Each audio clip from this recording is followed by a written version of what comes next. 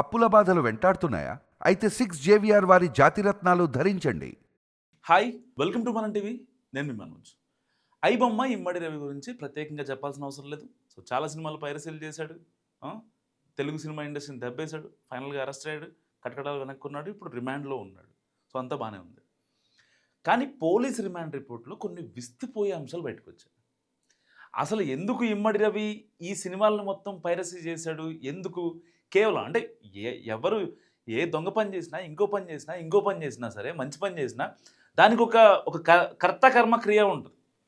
నేను ఆ పని ఎందుకు చేయాలి? నా కెరీర్ కోసమా, ఇంట్లో వాళ్ళ బాగు కోసమా, లేకపోతే ఎవరో నేను ప్రేమించిన వాళ్ళ ఆనందం కోసమా, ఇలాంటి కొన్ని ఉంటాయి.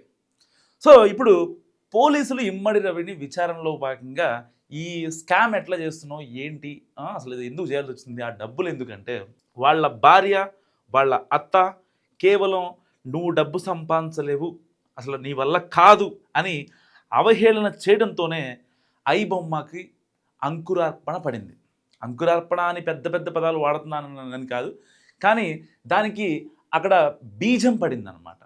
మొత్తం ఈ initiation iBomma Bappam TV initiation ఎవరంటే ఇమ్మడి రవి వాళ్ళ అత్త భార్య. సో వాళ్ళిద్దరూ నువ్వు అసలు డబ్బులు సంపాదించలేవు అనేసరికి ఇక మనోడికి మెంటలెక్కిపోయింది. ఏం చేయాలో అర్థం కాని సిచ్యువేషన్. సో జేబులో డబ్బులు లేవు, కానీ డిగ్రీ పట్టా ఉంది. సో వైజాగ్ కదా, వైజాగ్లో బీఎస్సీ కంప్యూటర్స్ వేసాడు. అప్పట్లో బీఎస్సీ కంప్యూటర్స్ కొంచెం డిమాండ్ ఉన్న కోర్స్ అనమాట డిగ్రీలో. సో దాని తర్వాత హైదరాబాద్ వచ్చేమన్నా చిన్న చిన్నగా జాబ్ చేసుకుందామా, లేదు ఏదన్నా బిజినెస్ పెడదామా. సో ఇంటి దగ్గర బిజినెస్ అంటే మనల్ని చిన్న చూపు చూస్తారు. అది ఏ చిన్న బిజినెస్ అయినా, కోళ్ల ఫారం అయినా లేకపోతే బర్రెల ఫారం అయినా ఏదైనా సరే మళ్ళీ కొంచెం చిన్న చూపు చూస్తారు. అదే దూరం వెళ్ళి ఏదన్నా కంప్యూటర్ జాబ్ చేసుకుంటే బాగుంటుంది అనే ఆలోచనకు వచ్చాడు. సో ఎప్పుడైతే హైదరాబాద్ వచ్చిన తర్వాత 2016లో పెళ్ళయింది. సో ఆమె ఒక అమ్మాయిని ప్రేమించి పెళ్లి చేసుకున్నాడు మన ఇమ్మడి రవి. దాని తర్వాత మనోడికి కొన్ని ఫినాన్షియల్ క్రైసిస్లో పడ్డాడు, కొన్ని ఆర్థిక ఇబ్బందులు వచ్చాయి. దానివల్ల వాళ్ళ ఆవిడ ఏమందంటే ఇమ్మడి రవితో డబ్బులు సంపాదించడం నీ వల్ల కాదు అని చెప్పింది. సో చెప్పిన తర్వాత ఎలాగైనా సరే డబ్బులు సంపాదించాలని ఫిక్స్ అయిపోయాడు. సో ఫస్ట్ స్టార్టింగ్ ఐబొమ్మ ఇది ఈ వెబ్సైట్లు ఇవన్నీ పెట్టలా.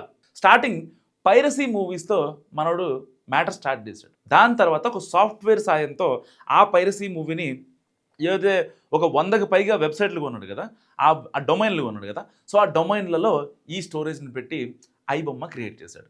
కరెక్ట్గా 2019 తర్వాత అనుకుంటా నాకు తెలిసి, ఆ ఏదైతే కరోనా టైం దాటామో మనం, ఆ టైంలో ఓటీటీ ప్లాట్ఫామ్స్ అన్నీ కూడా వాళ్ళ మంత్లీ సబ్స్క్రిప్షన్ని రేట్లు పెంచేసాయి. 99 కాస్త 150 అయింది. 6 మంత్స్కి ఇంతకుముందు 333 ఉంటే ఇప్పుడు 999 అయింది. సో కరోనా తర్వాత కొన్ని రేట్స్ అనేవి ఆ స్లాబ్లు చేంజ్ అయిన నేపథ్యంలో ఎలాగైనా సరే తెలుగు ప్రజలకి ఇంకా ఆల్ ఓవర్ ఇండియాలో అన్ని లాంగ్వేజ్లకి ఎలాగైనా సరే ఆ కొత్తగా మూవీ రిలీజ్ అయిన తర్వాత ఆ సినిమాని వీళ్ళకి డైరెక్ట్గా క్వాలిటీతో చూపించాలి అని ఐబొమ్మ రవి ఫిక్స్ అయ్యాడు. ఫిక్స్ అయిన తర్వాత దాదాపుగా 100కి పైగా డొమైన్లు తీసుకొని ఆ సినిమాలని పైరసీ చేసిన సినిమాలని ఒక సాఫ్ట్వేర్ సాయంతో ఈ ఐబొమ్మ ఇంకా బప్పం టీవీలలో వీటిలో అప్లోడ్ చేసి, దాని తర్వాత సామ్రాజ్యం పెరుగుతున్నప్పుడు ఏదైతే ఈ బెట్టింగ్ యాప్స్ 1x విన్ కానీ ఇంకా విన్ యాప్లు కానీ, సో ఇలాంటి ఇల్లీగల్ బెట్టింగ్ యాప్స్ ఏవైతే ఉంటాయో వాళ్ళందరూ కూడా ఐబొమ్మ రవితో కాంటాక్ట్ అవ్వడం జరిగింది.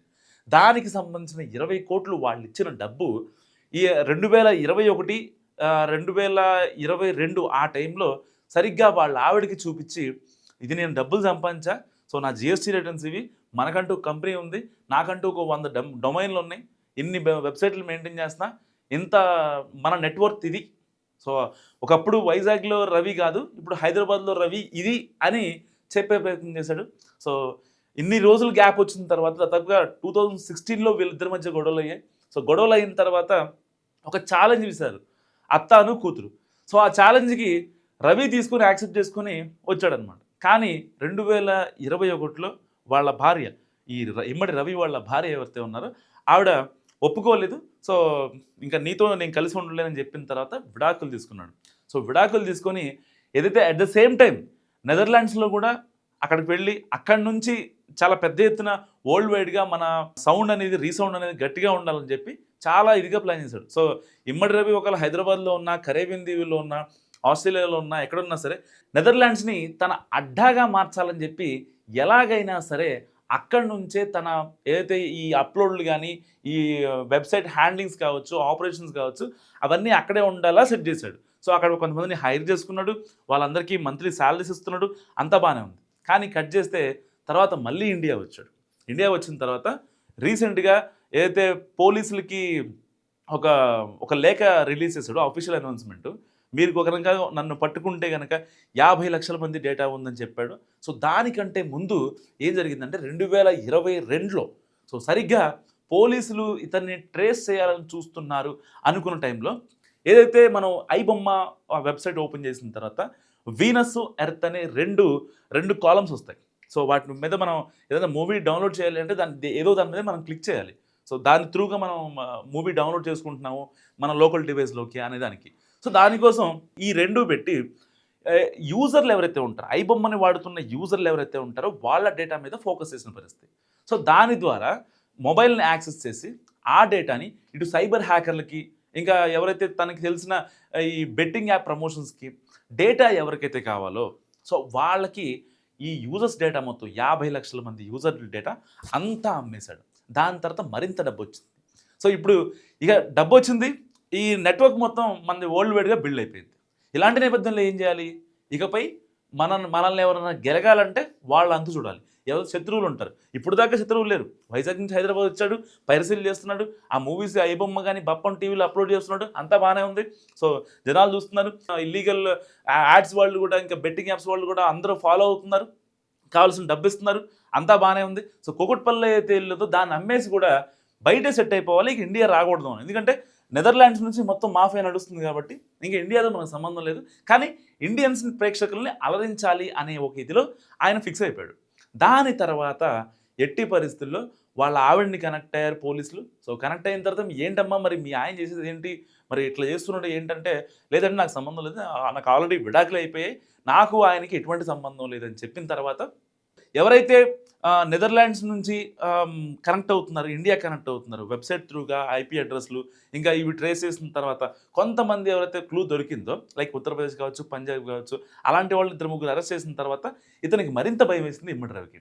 సో నన్ను కూడా అరెస్ట్ చేస్తారని భయం వేసి పోలీసులకి డైరెక్ట్గా వార్నింగ్ ఇచ్చాడు. ఓపెన్ ఛాలెంజ్, నన్ను పట్టుకుంటే మీ డేటా బయట పెట్టేస్తా. 50 లక్షల మంది ఉన్నారు, ఈవెన్ పోలీసు వాళ్ళు ఉన్నారు, సినీ ప్రముఖులు ఉన్నారు, చాలామంది ఉన్నారు, వాళ్ళందరి డేటా నేను బయట పెట్టేస్తా అని చెప్పి పోలీసులకు సవాల్ విసిరిన తర్వాత మనోడిని చాలా గట్టిగా టార్గెట్ చేశారు.